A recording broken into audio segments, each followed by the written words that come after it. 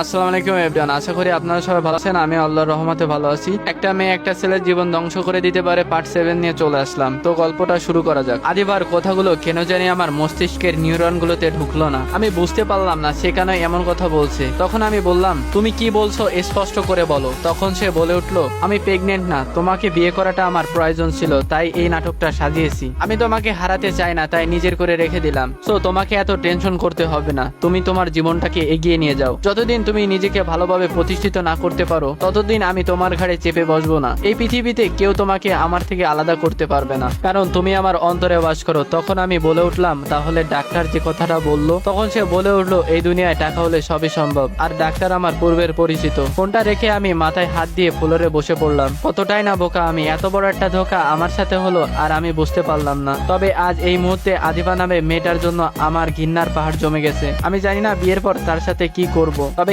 এমন কিছু করব যা হাজবেন্ড তার স্ত্রীর সাথে করেনি। আমি ভেবেছিলাম আদিবা হয়তো আমার দুর্বলতার সুযোগ নেবে, সে আমার বিয়ে করাবো, এই জন্য হয়তো তার হাত ধরে তাকে নিয়ে ঘুরতে হবে, তাকে অনেক সময় দিতে হবে, খোঁজ খবর নিতে হবে। সেও হয়তো গার্লফ্রেন্ডের মতো প্যারা দিবে, কিন্তু সে বিয়ের আগে যেমন ছিল এখনো তেমন আছে। আদিবার এই জিনিসটা আমাকে খুবই মুগ্ধ করলো। আমি যখন তার বাসায় পড়াতে যেতাম সে আগের মতো আমাকে বিরক্ত করতো না, দরজার ফাঁক থেকে আড়াল দিয়ে লুকিয়ে দেখতো না। হয়তো সে আমাকে পেয়ে গেছে বলে আগের মতো সে দুষ্টুমি করে না। মানুষ যে জিনিসটার জন্য দিনরাত পরিশ্রম করে, পাওয়ার অনেক আগ্রহ থাকে, জিনিসটা না পাওয়া পর্যন্ত আগ্রহটা তীব্র থেকে তীব্র হতে থাকে, কিন্তু দেখা যায় সেই জিনিসটা পাওয়ার পর সেটার প্রতি তেমন একটা আগ্রহ থাকে না, আগ্রহটা আগে থেকে অনেক কমে যায়। আদিবা আগে আমাকে পাওয়ার জন্য যে আগ্রহটা ছিল এখন আর তেমনটা নেই, কারণ এখন সে আমাকে পেয়ে গেছে। 3 বছর পরের কথা, আদিবাকে কাজী অফিসে বিয়ে করেছি। 3 বছর কেটে গেল, আজ আমার আর আদিবার বাসর রাত। এই 3 বছরে অনেক কিছুই হয়েছে তার সাথে। ওইদিকে মাইশার বিয়ে হয়ে গেছে। সে সব সময় বলেছিল সে যাকে ভালোবাসবে তাকে বিয়ে করবে, বাবা মায়ের পছন্দে বিয়ে করে নিজের জীবনটাকে নষ্ট করে দিতে চায় না। যেহেতু লাইফটা তার, তাই লাইফের সবচেয়ে গুরুত্বপূর্ণ জিনিসটা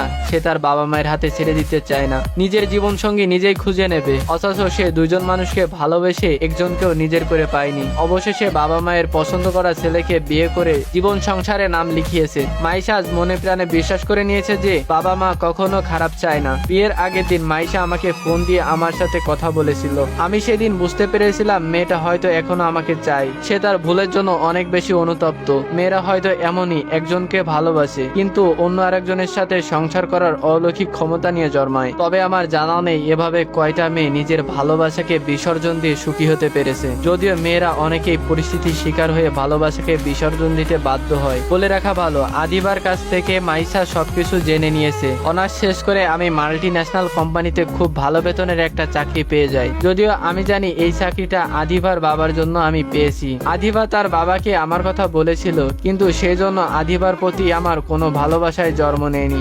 আমি তাকে আগের মতোই ঘৃণা করি। চাকরির কিছুদিন পর আদিবার আর আমার দ্বিতীয়বারের মতো বিয়ে হয়। আগের বিষয়টা আমি আর আদিবা তার 2 বান্ধবী ছাড়া কেউ জানে না, আর আমরা চাইনি যে কেউ জানুক। সেই জন্য আমরা দ্বিতীয়বারের মতো বিয়েটা করি। বিয়ের দিন মাইশাও তার হাজবেন্ডকে নিয়ে এসেছিল।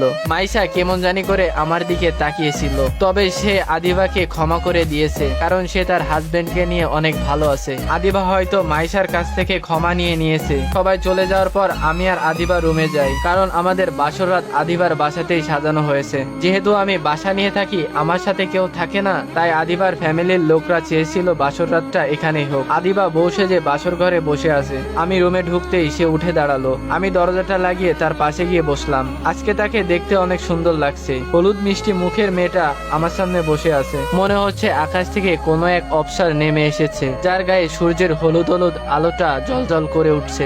আমার খুবই ইচ্ছা করছে আমার সামনে বসে থাকা মেয়েটাকে নিয়ে কল্পনা জগতে হারিয়ে যায়, কিন্তু আমি তো এই মেয়েটাকে ঘৃণা করি। আমি জানি শেষ 3 বছরে সে আমার জন্য অনেক কিছুই করেছে। আমার জীবন যুদ্ধে সেনাপতি হয়ে সবসময় আমার পাশে থেকেছে। আমি জানি আজকে আমি যে অবস্থানে আছি তার পিছনে সবচেয়ে বড় অবদান হচ্ছে এই মেয়েটি, কিন্তু সে আমার সাথে যা করেছিল তা আমি কখনোই ভুলতে পারবো না। সে আমার সাথে বিশ্বাসঘাতকতা করেছে, সে আমাকে ধোঁকা দিয়েছে। সেটা কি তাকে ঘৃণা করার জন্য যথেষ্ট না? তার পাশে বসার পর সে বলে উঠলো, জানো আমি এই দিনটার জন্য অনেক অপেক্ষা করেছি। তুমি হয়তো জানো না আমি আজকে অনেক খুশি।